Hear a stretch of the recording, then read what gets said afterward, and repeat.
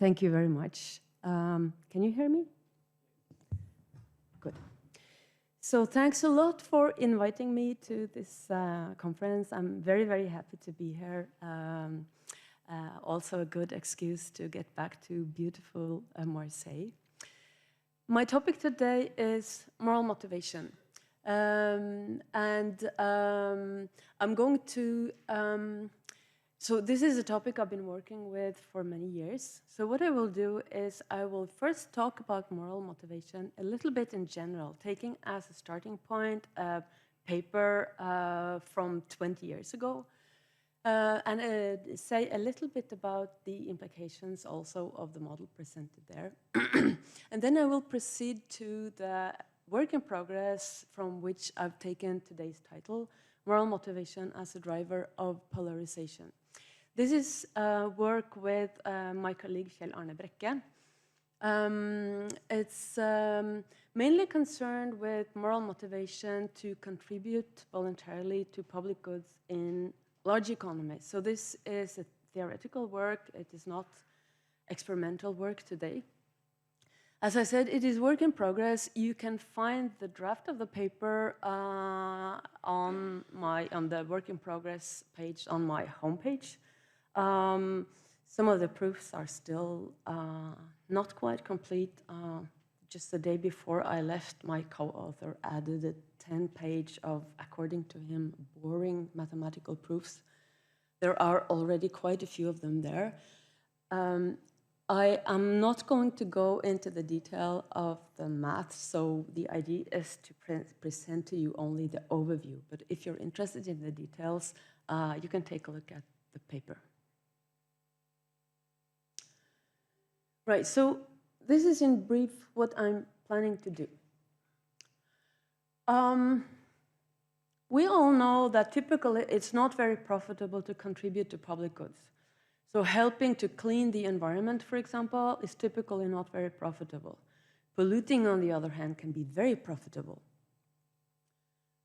Those who are morally motivated, they may actually choose to contribute anyway, in a sense out of duty. And this is what we discussed in the old model that I will get to in a minute. Now, in this old model, there were no real conflicting interests because we assumed for simplicity in that model that everybody was identical. So they had identical exogenous incomes, they had identical ethical views, they were identical in every sense. So the problem that they had to overcome was simply to solve the collective action problem. But there were no true conflict of interest. Also, there was no social interaction in that model. So the moral motivation was a sort of internalized ethical principle that people were trying to follow, but the ethical principle was exogenous, so it sort of arrived out of nowhere. It was identical for everybody, and there was no social learning of ethical views, for example, and no social disapproval, anything like that. So what we're doing in the new work, and which I will get to in the second part of my talk, is that we will build on the old model, but what we will do is to extend it. So we will add income, exogenous income inequality. We will add social learning, but the social learning will be reluctant in a sense that I will explain later. And we will also allow there to be different separate social groups or social neighborhoods. And in the long run, people will be allowed to migrate between these social neighborhoods. And during the next hour or so, I hope to convince you that it is reasonable that the following results follow logically from the model. I don't expect you to understand this at this point, but I hope you will follow me in this later. So the first result is that in this model, in the long-run equilibrium, there will be strict social segregation by income. So all the rich people flock in their own groups, all the poor people flock to other groups. And secondly, the ethical views will be very, very polarized.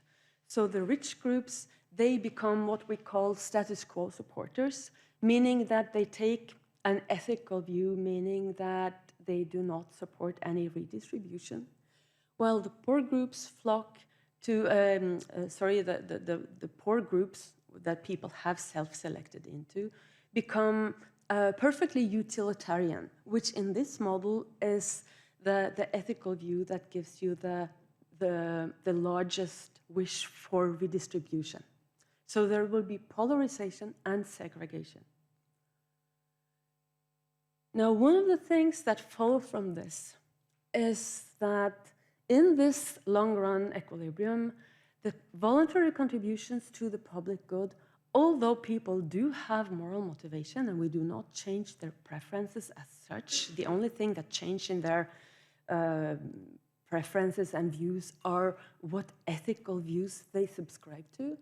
But in the long-run equilibrium, contributions to the public good, for example, environmental quality, are really low. And the reason is that everybody is in a peer group where all their peers confirm the view that you don't have a particularly high moral responsibility here. It is the others who should solve the problem. So that's what's happening. Okay. Okay.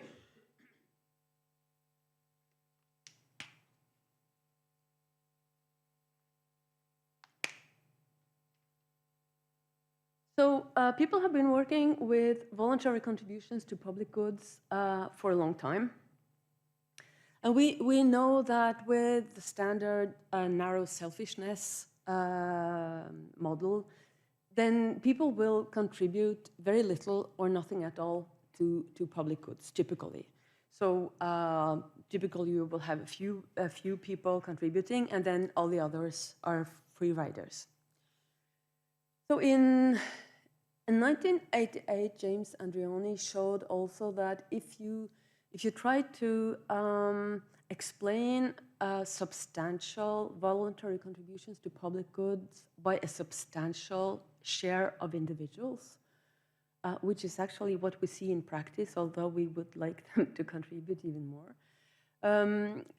If you try to explain that by assuming that in addition to being selfish, people are also concerned about everybody else's access to public goods, it doesn't really help all that much. Because the easy way to see it is simply to look at the preference structure here. I haven't explained things, but if your utility depends, so say that this is, does this work?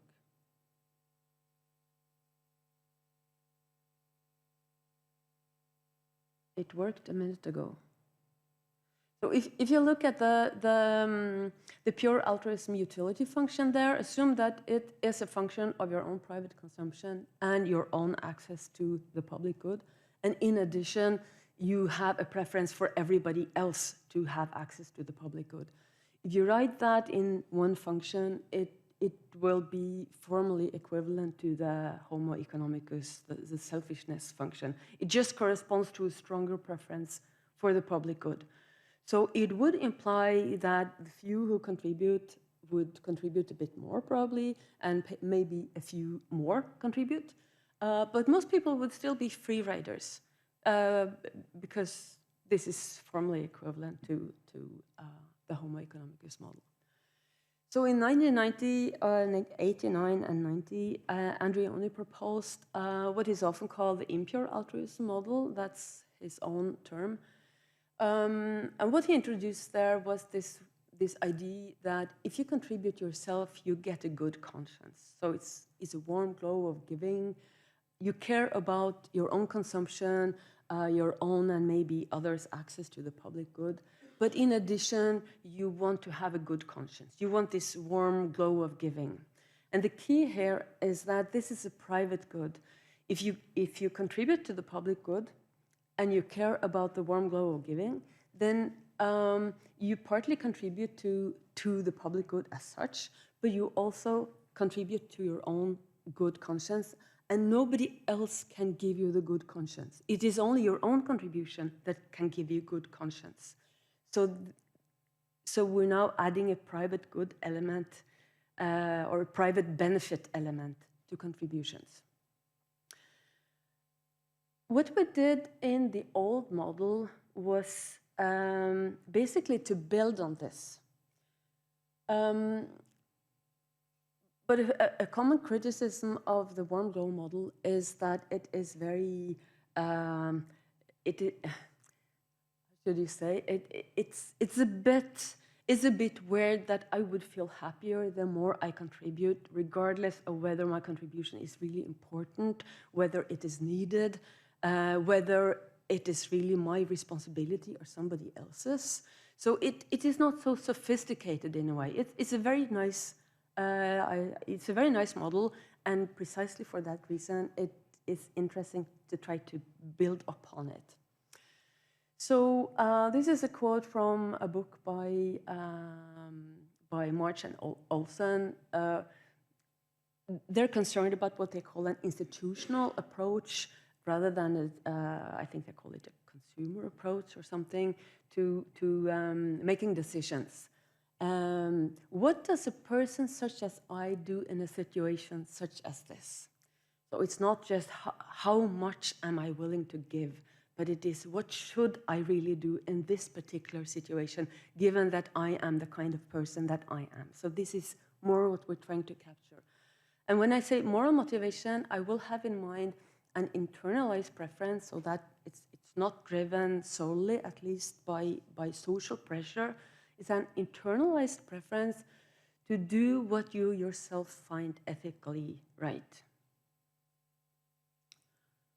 Okay, so let me show you briefly the moral motivation that we published. This was published in the Journal of Public Economics 20 years ago. It's joint with co-authors Brekke and Kverndock. So what we assume, that this is a simplified version that I'm showing you here. So assume that you have a fixed income, and the income is identical for everybody. And you can spend your income on two things, on private consumption and contributions, voluntary contributions to the public good. And everybody's preference structure is like this. So you have a preference for your own private consumption. You also have a preference for the public good. Think of this as environmental quality, for example. And you also have a preference for a good self-image. Now, this is linear just for simplification. How do you get a good self-image? A good self-image is not something that you can just go out and buy in the store. So what we assumed here was that your self-image is better the closer you get to your own view of what you should ideally have done from an ethical perspective. So this is really a loss function. So the further away you get from your ideal, the worse you feel, the worse is your self-image. So this, you can interpret this as cognitive dissonance. So you have a bigger cognitive dissonance the further you're away from your own ideal. Now, in this model, if you change your view of the ideal, the E star here, then your actual contributions will also be higher. But the least demanding thing is if you could convince yourself that it is not my responsibility in this case to contribute anything, because then you can have a perfect self-image without contributing anything. So in this model, moral responsibility is a burden. Whenever this E star, the ideal contribution, is strictly positive, you're faced with a trade-off between your own consumption and the quality of your self-image. But if E is 0, then you don't have to do the trade-off. Okay, so what is the ideal? Well, what we assumed was that people ask themselves, it's more or less the same question as your parents ask you when you're a kid and you do something wrong. Now, What would happen if everybody did that? So the morally ideal action in this model is what would maximize social welfare if everybody did that. So this is a purely hypothetical exercise. Like when your mom tells you what would happen if everybody did that, she doesn't believe that everybody's going to do it, but she asks you to imagine what would happen if everybody did that. And that's what we do here as well. So it's a bit like the Kantian categorical imperative. I should follow a rule that I would want everybody else to follow. This is how we formalize it. It's not how Kant did it. But E star is that contribution that would maximize welfare if hypothetically chosen by everybody. But when it comes to choosing their actual contribution, then these people are not Kantians, because the point of the categorical imperative was precisely that you're not allowed to make trade-offs. You have to do this thing. But these people use the categorical imperative just to decide what they should ideally do, and then in practice, there's a trade-off between consumption and following this ideal. So the morally motivated will typically contribute something, but they always contribute a bit less than their ideal. So they strive towards what they think they should do, but they don't go all the way there. So what I like myself about this model is that although this is a utility maximization model, I think it is really it also pictures a form of true ethical or moral motivation, in the sense that the only way you can get a better self-image is by getting closer to what you truly think is ethically the right thing to do. Okay. One of the implications of this model that are different from the warm glow model of Andreoni is, well, if the ideal contribution were exogenous, then this model would be very, very much like the warm glow model. But it differs because the ideal is endogenous. And one of the things that might happen here is that policy affects people's ideal. So when you think through what should a person like I do in a situation like this, that is really a sort of an informal modeling exercise. So what do I think the world looks like? What are others going to solve? What problems are the government going to solve? And then given all this, what should I ideally do? So what would I want everyone to do given current policies? And that means that if policy has already solved the problem, then you don't feel the responsibility to give anything voluntarily. So for example, if we have, say we have a green tax, and you don't think like an economist, you don't think this is a Pigou tax, that it is there to solve the problem. You think it is a punishment that is there to remind you that pollution is, you should not pollute, and pollution is very dangerous for society. So the tax is not going to solve the problem. It's just a symbolic reminder that this is a bad thing. Then your view of the morally ideal thing to do would be unchanged, or it might even increase the view of your ideal contributions, because it makes you believe that the problem is worse than you initially thought. But if you think that this policy has actually solved the problem, so now with this green tax, people are not going to pollute anymore more than is socially acceptable, so my contributions are not needed anymore, then this will reduce your view of what you should do.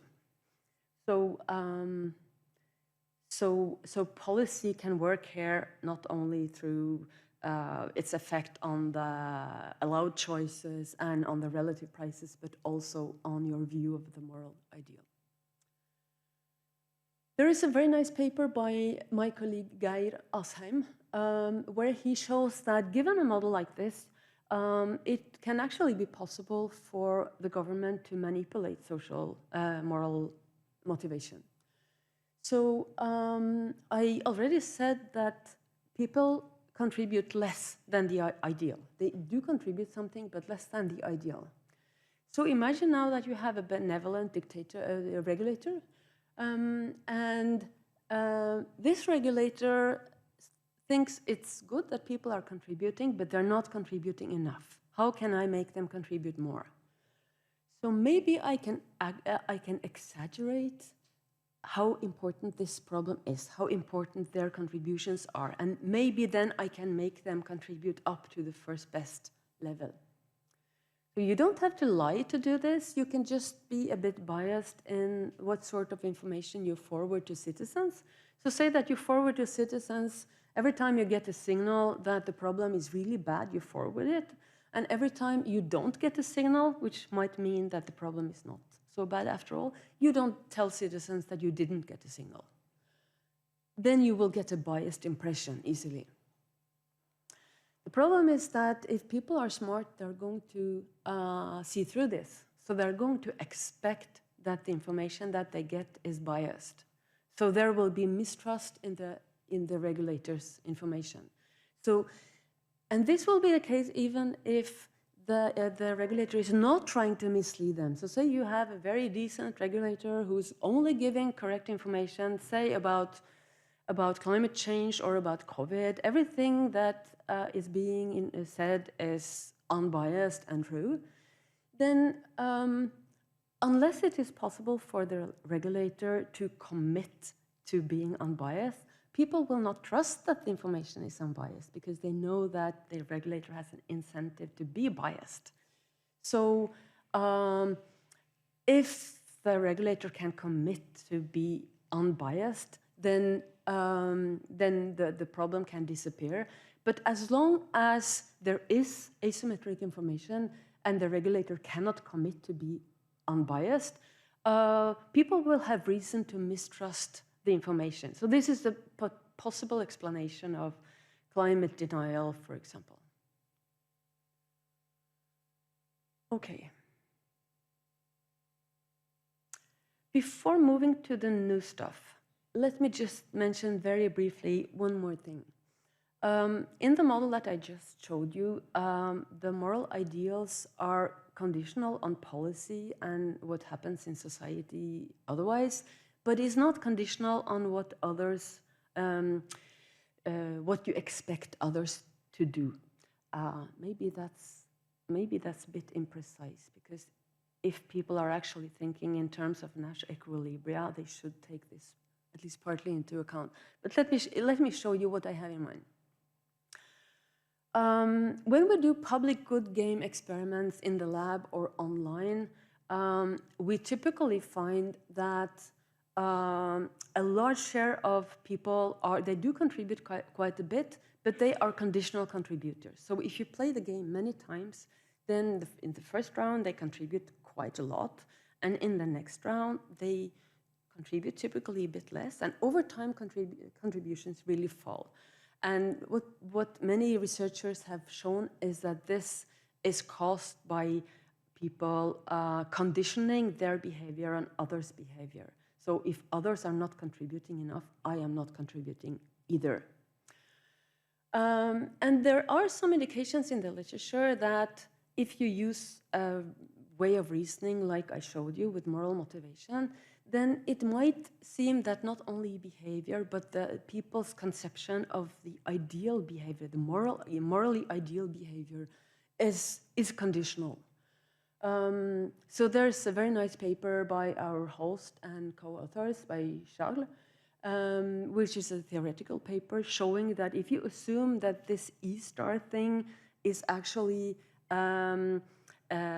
it is a weighted average between your true ethical ideal and others' average contributions, you can explain a lot of the puzzling phenomena that we see in the lab. And also one of my co-authors on other papers, Karine Nyborg, she asked people in a public good game experiment, what do you think is a morally ideal thing to do in this experiment? And the majority of her subjects responded that the morally ideal thing to do in this experiment was to do exactly what the average is doing. So this seems to be an important phenomenon, so I wanted to mention it before proceeding, because I'm going to introduce more social interaction now. But for those of you who are familiar with this, this is not exactly the form of social interaction I will be talking about. For simplicity, I'm going to disregard this particular phenomenon in what follows.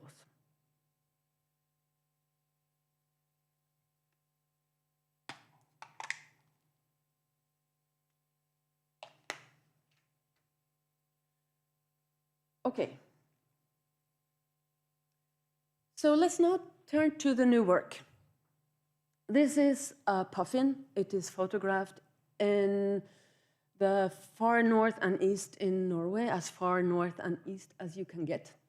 The puffin is a threatened species, probably mainly due to climate change, because the fish that it feeds on is disappearing. So the chicks starve to death. So this is an illustration of a global public good, biodiversity, but mainly it's just here because I thought at this point you must be getting tired, so maybe you needed something nice to look at. Okay. So let us now extend the model that I just showed you and look at this in a social context. What happens then? Now I'm going to allow incomes and ethical views to differ. Incomes are going to differ, but they are going to be exogenous, and this is also going to be a dynamic model. So, but the incomes are fixed throughout. So if you are rich in the beginning, you will be rich all the way, and you will have the same income.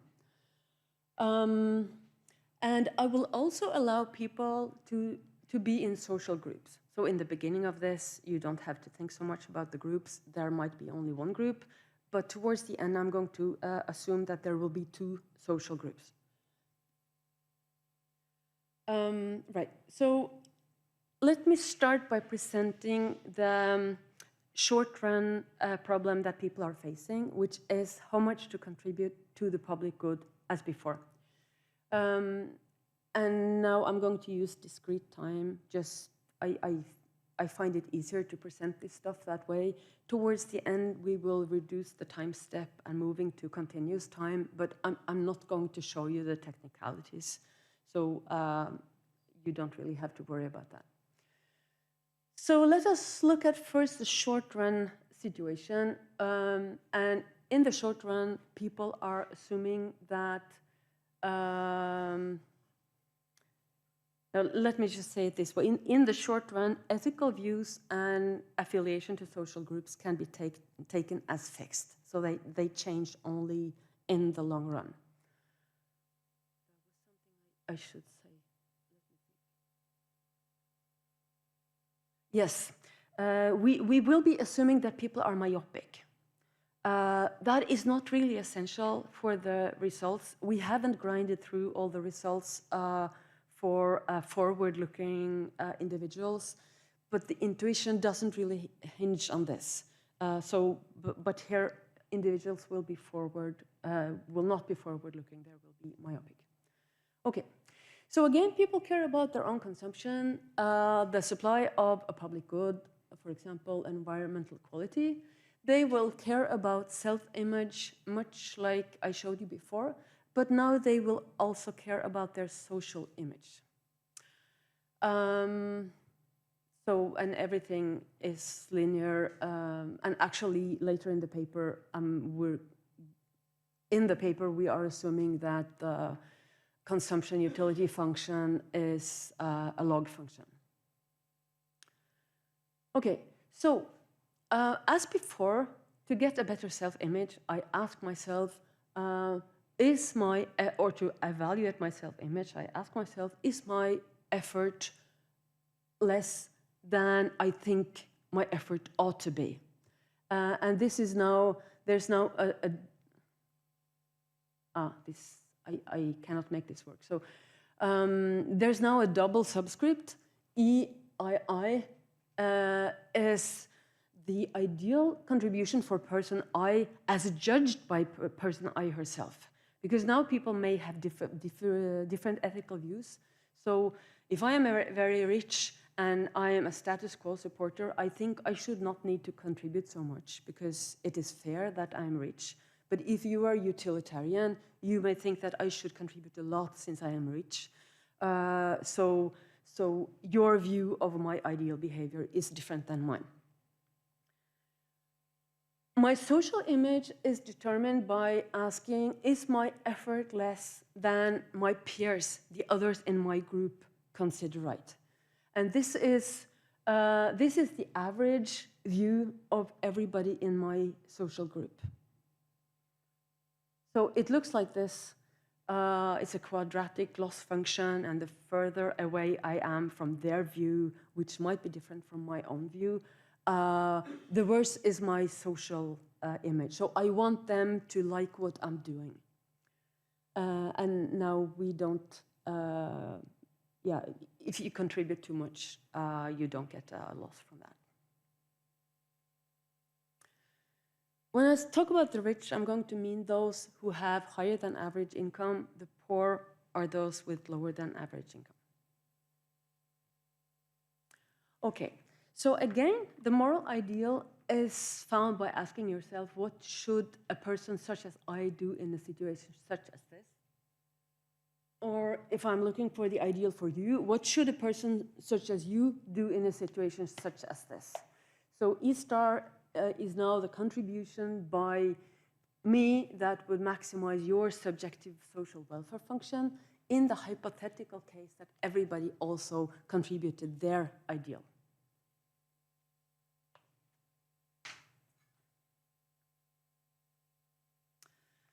Okay.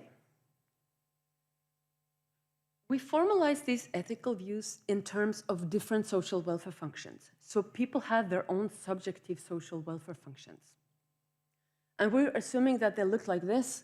So they're weighted utilitarian, but we're not including image benefits in the social welfare function. That would have complicated the model a lot, and you can also argue that maybe it's not reasonable to include in your calculation or your judgment of what is right, to include there the benefit of doing what is right. So it's partly a philosophical problem, but at least here we're not including the image benefits in the social welfare functions. But these weights here, the mu weights, may differ between people. And I may have one weight for the rich people and another weight for the poor people, for example. So these can be different, both within the observer. When I'm judging all of you, I may have different weights for all of you, but you may also have different weights than I have. The way we put up this model, everybody agrees on the socially optimal public good supply. So everybody agrees how good the environment should be. So what they disagree about is the distribution of the cost. If you are a utilitarian in this model, I mean an unweighted utilitarian, so you have an equal weight for everybody in the social welfare function, then you think the rich people should do the most. You think they should contribute so much as to equalize consumption between people. So that is a really heavy burden for a rich person. So you think that everybody's utility should count equally, but you think that in terms of contributions, some people should contribute much more, and that's the rich. If you're a status quo supporter, you're using négligé weights, for those of you who are familiar with that term. So that means that you think that the current income distribution is fair or socially optimal. So that means really that your welfare weight is inversely proportional with people's marginal utility of consumption. You think the utility of the rich should count more than the utility of the poor because the rich deserve their richness. But if you're a status quo supporter, you think that everybody should contribute equally, not in terms of absolute amount as it may look like in my figure, but in terms of relative contributions. So you do not want the contributions to the public good to redistribute income in addition to securing the public good supply. So utilitarianism will be very demanding for the rich here. And status quo support will be very demanding for the poor. So you can draw a line between these and put everybody's ethical view on a scale depending on how much redistribution they think is ethically right. And this is what we do. So we make a parameter Q, which says how far to the left or right are you on this dimension. So if your Q is 0, you're utilitarian. You don't support the status quo at all. If you're a full status quo supporter, your Q is 1. So Q is the degree of status quo support. Okay, so this Q parameter is what I will be using now. I will not show you the technicalities, but I'm now looking at the long-term dynamics of the model. So let's first turn to social learning. Over time, you can learn your ethical view from others. So if you think of it, there is really no such thing as an objectively correct ethical view. Ethical views are inherently normative and thus not objective. So where do they come from? So it seems natural that in the long run, there is at least some element of social learning when it comes to ethical views. So we assume that over time, you learn your ethical views from peers in your own social group. So in every period, you meet a random pair from your own social group. And you can now have in mind that there are 2 social groups. And when you meet somebody, you observe imperfectly their Q parameter, how much of a status quo supporter is this person. You cannot observe it perfectly, so there is some randomness there, but it is unbiased, but not quite certain. And then you tend to move in the direction where you think the other is. And now we add what we call reluctance to this. So if I'm rich and I'm medium degree of utilitarian, and I meet you and you're a full status quo supporter, and I consider your view, what would that imply for me? Well, it would mean that if I agreed with you, my moral burden of responsibility would be less, because you think the rich don't need to contribute so much. So moving in your direction is not the problem. But if you are a strong utilitarian and I meet you, and then if I accept your view, I am imposing on myself a heavier burden of responsibility. So reluctance here means that you will move a little bit less in the direction of those who have a view which is not to your benefit, as opposed to those who have a view who is to your benefit in terms of how heavy your moral responsibility is. Right. The important thing to notice here is that this bias is different for rich and poor. So everybody wants to move, are more eager to move towards people who have a lower ideal E star for themselves. But the correspondence between E star and the Q parameter, how status quo supportive you are, is different for rich and poor. So the rich will be more eager to become more status quo supportive. The poor will be less eager to become more status quo supportive. Okay? And then we add to this picture migration. So say there are 2 social groups, and over time, in the short run, people take this as given, but over time, they may move. So every now and then, you ask yourself, okay, I am reasonably happy here, but people tend not to like what I'm doing so much. And remember that people typically contribute less than their ideal. So what about the other group? If I move to the other group, would they like me better? So if I am rich and I am in a very utilitarian group, then if I realize that in the other group, they're very status quo supportive, they would like me better there. So, so if if this is my judgment, I will move to the other group. Right. So, and this is the only reason for migration in this model. The only benefit you get from your group is the social image. So it is the wish for a better social image that might make you move to the other group. So the poor prefer utilitarian pairs because they demand less of the poor, and the rich prefer the status quo supportive pairs who demand less of the rich. And then in the long run equilibrium, I thought this would be easy to show. I thought this is obvious. It must be like this. And I think we've been working for 1.5 years to prove everything in every detail.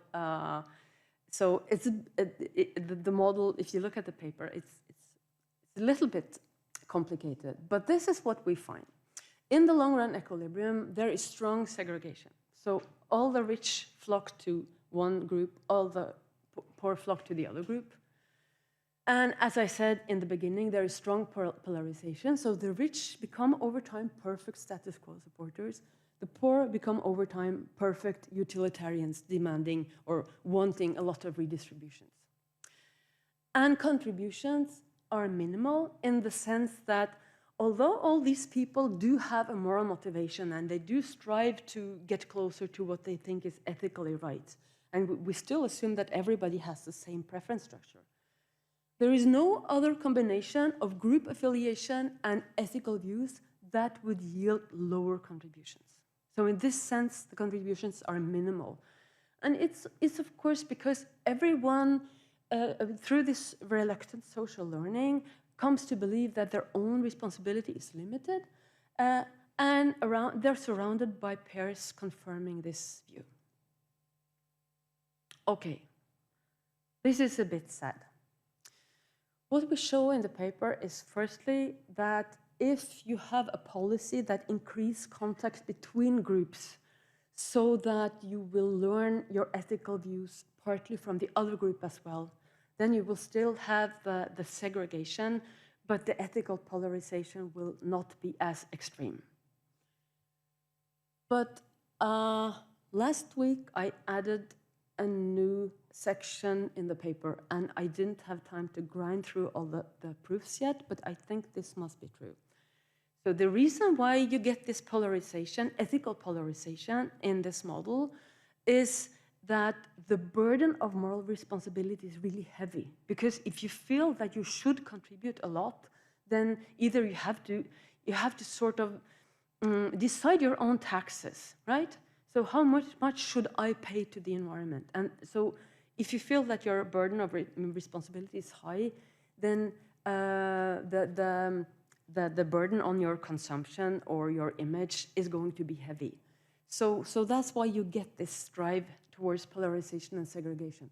So what happens if instead of providing the public good voluntarily, we let the government provide it, funded by taxes, and then the decision of the individuals is not how much to contribute really, but what party to vote for. So let's have a brief look at that. I'm soon done. So assume now that this is a very naive model, much more naive political economy than Massimo showed us yesterday. But assume now that there are two parties, and their policy proposals, if elected, are as follows. So they will supply the ideal amount of the first best amount of the public good, because remember, everybody agrees about that. They will fund it by taxes, and the tax distribution is going to be according to the ethical view of that party, which may differ between parties. Maybe they both move to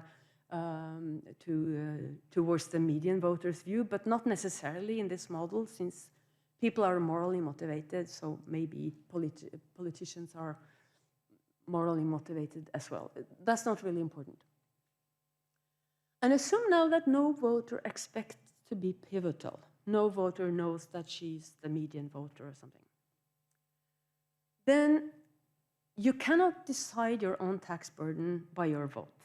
it's, in a sense, it's costless to vote here. Because even if I'm rich and I'm voting for a utilitarian party, I don't think I will be pivotal. So my vote is not going to impact my actual tax payments. That will be decided by the government. So why not just vote for the party closest to my own ethical view? If people act like this, the party closest to the median view will win. And there will be no need for voluntary contributions, because the government is providing what everybody agrees should be provided. And when it comes to the tax distribution, I cannot decide that myself anyway.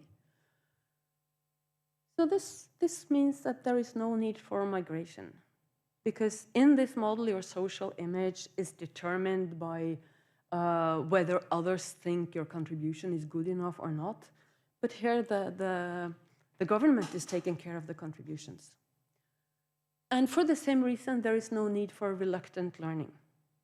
So what you will get in the long run here is that there will be no segregation according to income unless the initial situation is segregated.